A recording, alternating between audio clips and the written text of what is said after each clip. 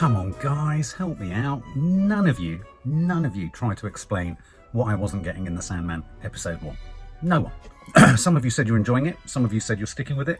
Some of you said you're watching it, but didn't really say what you were thinking of it. So come on, is the Sandman doing it for you? If you are into TV reviews, streaming reviews, movie trailers, you name it, all that kind of stuff, hit the subscribe button and you will be notified whenever we react, review, or respond to any of those. So this is a review of Sandman, The Sandman, Netflix's The Sandman, Neil Gaiman's The Sandman, episodes 2 and 3. We reviewed episode 1, and I kind of said at the end of that review, the jury's out. I'm willing to stick with it. I'm willing to go with it. I'm willing to go with Sturridge's Morpheus, if you like, Tom Sturridge, who plays Dream, Morpheus, the Sandman. I'm willing to stick with his gravelly baritone, kind of husky, hushed toned voiceover as he takes us into this sort of fantasy land. So episode 2, and we are getting to know our characters a bit more. Obviously not Charles Dance, he's dead. Morpheus is free. Morpheus has returned to the dreaming, which is in a sense his kingdom and his lair, his court, but lots of his kind of employees, if you like, have done a runner. It's in ruins. People have gone, people have abandoned him. They felt he'd abandoned them, so they abandoned him. We have these two characters. He goes to meet Cain and Abel. What did you make of them? Sanjeev Bhaskar, and I forget the name of the other actor.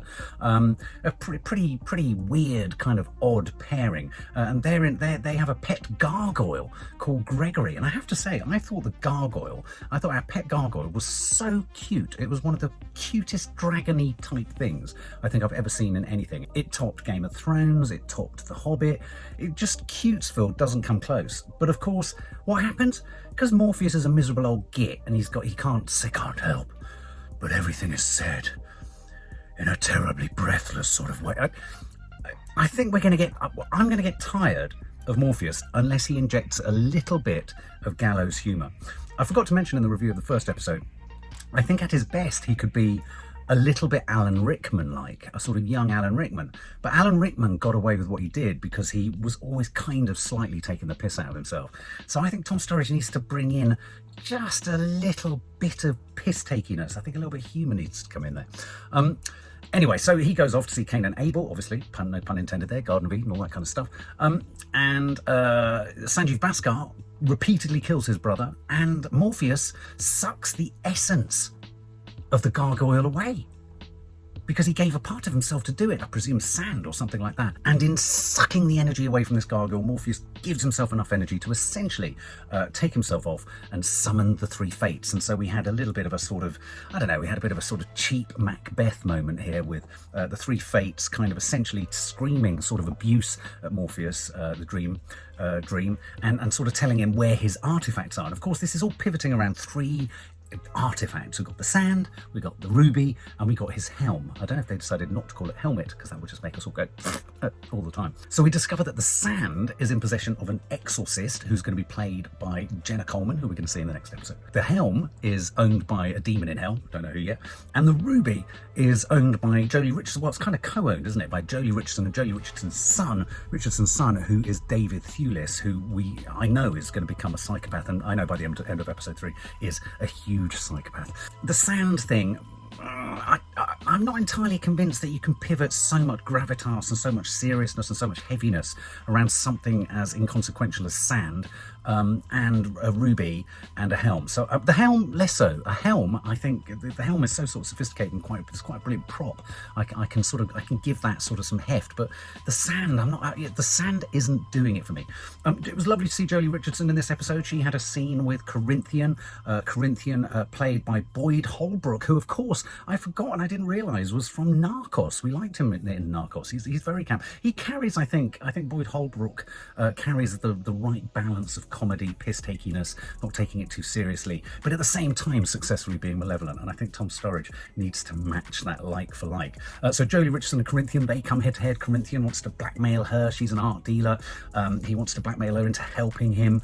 And as I say, Dream, meanwhile, is back at his gaff with his assistant. What do we think of Dream's assistant? I'm not entirely convinced. Is it Lucienne? She's so plummy and so formal and so devoid of any, I hate to say it, any character. She is merely a warm prop surely more of a kind of rapport or informality or a bit of kind of humour could be developed between the two of them, whereas it's very functional, where she asks him what he's doing, he says it says this, she says don't do that, and he says I've got to do this, and all this kind of stuff. So I'm finding the assistant, I'm really sorry, I'm finding the Lucienne character diabolically cringe-worthy, lacking in any real relationship and purely functional, whereas Corinthian, the whole Corinthian and Jolie Richardson scene I thought was far richer, far more tense, far more layers to it. Generally, I have to say, for all of the kind of CGI effects and the fact it's very dark, it's Tim Burton light, it's not very cinematic. You know, the camera shots are very static. They often hold a sort of wide 2 or a wide 3 shot. They're quite slow, they're quite ponderous. The scenes aren't edited rapidly. There's a couple of moments. A great scene when he sort of looked into the water and we went into his eye and then we came out of his eye, and that was when he went to meet the Fates. But then I felt the 3 Fates, the 3 witches, that was dealt with a bit obviously. It was a bit kind of, yeah, all right, God, here we go. Suddenly, yeah, he hasn't read. You've had your 3 wishes, all that kind of stuff. One other joy at the end of this, though, episode was there was a baby gargoyle, a baby egg with a baby gargoyle came along, and we discovered that, funnily enough, Sanjeev Bhaskar keeps killing his brother again and again and again. And I have to say, I thought, thank God for Sanjeev Bhaskar, who was only in it for 5 minutes, because he, for me, was a really, really nice and needed element of light relief, in a sense. But I am finding, by the end of episode 2, I was finding, and I am finding, Dream a bit of a humorous soul. Sandman 3, episode 3, Jenna Coleman, starts with Jenna Coleman. She's good. I do like Jenna Coleman. She was the one was she in that The Cry? Was she in that show The Cry, where she lost her baby in Australia? Or did she lose her baby? Or did she? She was great in that. She was great in that series, and I hear she's brilliant as Queen Victoria. She's great. She's brought in. There's this scene where she's brought in to exorcise a demon by Meera Syal, Sanjeev Bhaskar's wife, who plays I thought she was great too. I think Sanjeev and Meera are brilliant in this. She plays a sort of quite sort of, sort of street savvy priest. I thought that was quite nice rapport between Jenna Coleman and Meera Syal. Really like that. Another good scene between Jolie Richardson and David Thewlis. At this point, Jolie Richardson's gone to find David Thewlis. We saw that at the end of episode 2.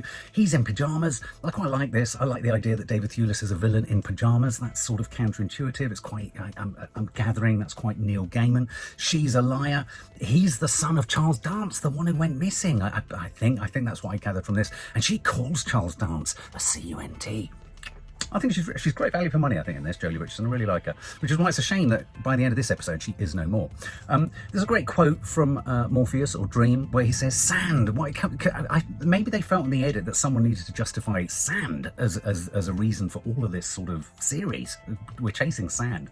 And Morpheus says, or Dream says, sand, without sand, civilization has no dreams. If dreams disappear, so will humanity. And so we're kind of reminded, I think the executive producers may have crept into the edit there and said, I think we need to remind the viewer why this sand is quite as important as it is. They introduce a talking crow. Not good. I don't think talking crows are great. I don't think talking birds are great. But more on the crow a little bit later. He goes to find Jenna Coleman. Jenna Coleman's having a dream. She's pulling the arm off someone and all this kind of stuff.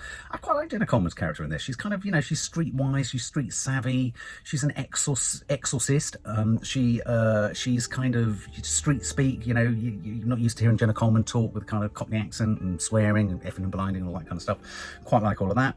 She realises that Morpheus, or Dream, was locked up for many years, and this seems to sort of pain her and agonise her. And episode 3, we kind of quite conventionally a chop cutting between Dream and Jenna Coleman, between them and Jolie Richardson and David Thewlis. But one thing that is a pet hate of mine when you do these cross-cut situations, and I'd like to flag this up with the director of this episode. We can cope with the idea that time has passed and we haven't seen everything. So, for example, Jolie Richardson and David Thewlis have a scene which happens in real time. Say it happens across 15 to 30 minutes. But when we cut away from them to other action, when we cut back, it's as if no time has passed. So they start the next sentence as if it's coming off the back of the last sentence of the last moment we saw them. But meanwhile, a whole scene has happened.